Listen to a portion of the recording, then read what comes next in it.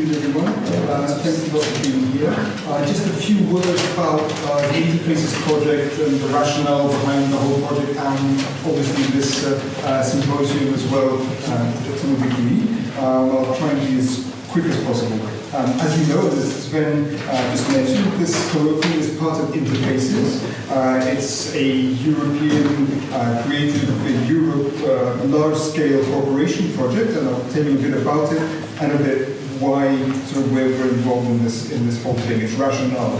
So Interfaces is the result of a preoccupation felt by many of us, I think, in the music world, in the new music world, about how to make music and sound art of today that doesn't benefit from extensive commercial support and is generally, let's say, concerned with pushing boundaries of form and practice, how to make this kind of music, which is difficult to summarize in one word. Sometimes we say contemporary music, but that is also a problematic word in a sense. So anyway, how to make this area of music more relevant, interesting and intriguing for a wider public, a wider audience.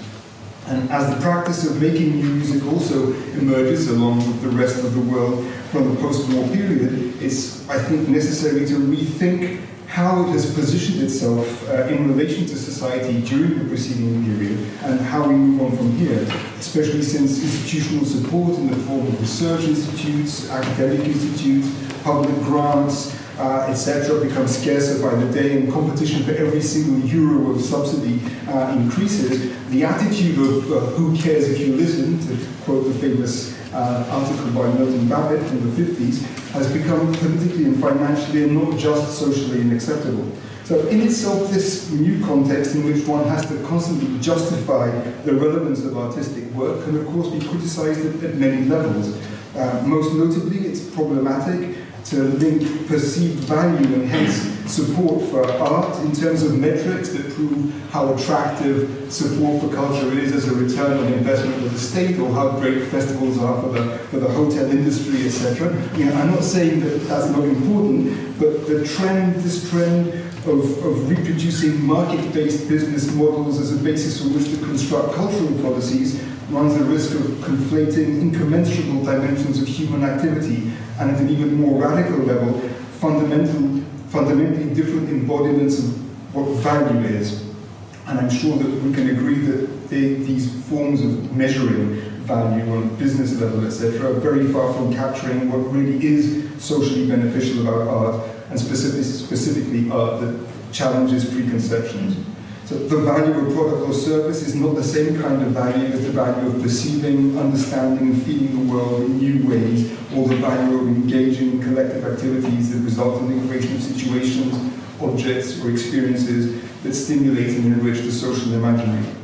So at a very real level, it's dangerous to simultaneously pay lip service to the specific value of culture for society and to construct mechanisms and policies for its support on thinking that represent radically different categories of value. It's even more dangerous, perhaps, for us to forget that the specific values of creative cultural activity are necessary, even if they're not sufficient, for the continued existence of societies that have integrated humanist attitudes that we have got so used to living with that we may potentially not notice their significance until we destroy them.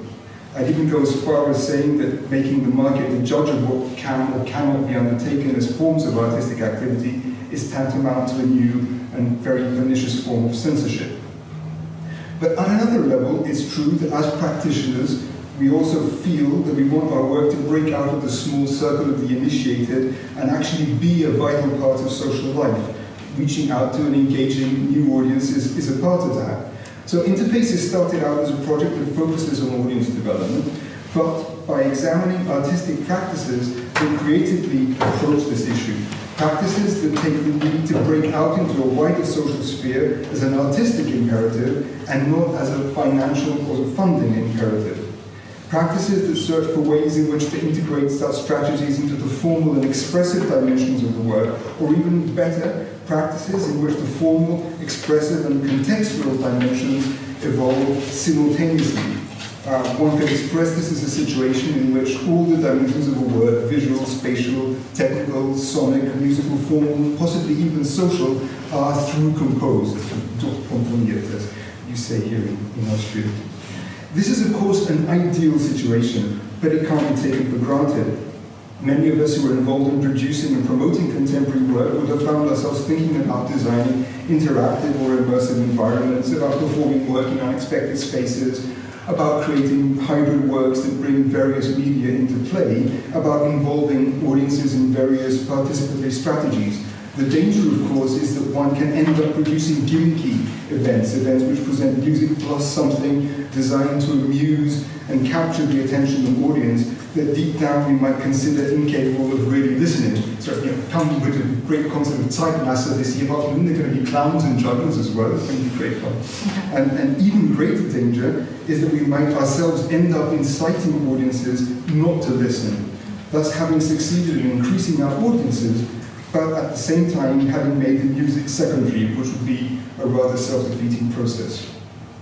So in order to avoid falling into such a trap, the Interfaces project includes a series of colloquia in which it is hoped that in-depth thinking will be presented and discussed about this organically hybrid creative process involved in music that one could possibly imagine. The themes of the colloquia represent some of the principal areas in which not only the project partners, but the creative community in general are active. In London, the Colloquium, co-organised by Teatrum Mundi, an institute set up by Richard Sennett, and the Internationale Cultural Centre, will reflect on strategies that make space an essential component of composition. In Karlsruhe, the Colloquium co-organised by ZKM and IRCAM will delve into perspectives and problematic raised by immersive technologies. In Brussels, QO2 and ICTUS will incite us to think about how participatory strategies are evolving, and I'd like to thank Kert van Looy and Julia Eckhardt from ICTUS and QO2 respectively for being here with us this afternoon. In Bucharest, we shall examine how innovative and imaginative approaches to notation have over the past decades opened up compositional and performative possibilities. And in Leicester, guided by the Montfort University and the European University of Cyprus, we shall discuss ways in which we can bring new music to new communities. Those communities which in abject Eurospeak are referred to as non-audiences. Finally, in Athens, at the project's closing conference, we shall attempt to bring all these experiences together and devise ways of continuing this research and practice after the end of the project Interfaces.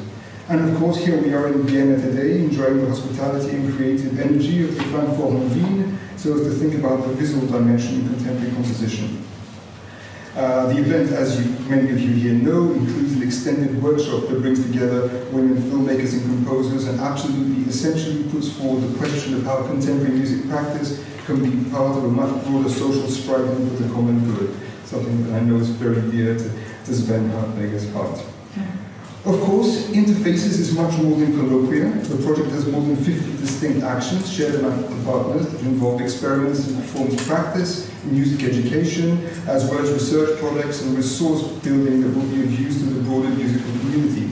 I do hope that you'll find an occasion to visit the project website. You'll find information on the little leaflet that's on your chairs and find out more about the project's content. Of course, the most important aspect of Interfaces is the partnership that is brought together, and its main characteristic is the variety of fields of expertise and experience that the partners collectively bring to the project. The partnership includes two of the most innovative contemporary music ensembles in Europe, our hosts Klangforum Wien, of course, and also ICTUS Ensemble from Brussels, two higher education institutions with different areas of expertise, the Montfort University Music, Technology and Innovation Research Centre and the European University of Cyprus, two of the leading research and production centres in Europe, IRCAM and ZKM, QO2 in Brussels, a workspace for experimental contemporary music and sound art, and Klangforum Bucharest, an association which aims to promote national and international experimental music. The project is coordinated by the Internationale Cultural Centre in Athens, a multidisciplinary space for contemporary visual and performing arts. And our hope is that the diverse approaches and fields of expertise of the partners will enable each one of us to think in different ways about our work and discover ways to inspire our audiences and make new music an important part of their lives. So again, thank you all for being here, and very many heartfelt thanks to our host Klangforum Wien, especially Sven Hartberger and Michael Blanauer, with whom it's been such a great pleasure to work. So thank you very much, and I hope you have a great symposium.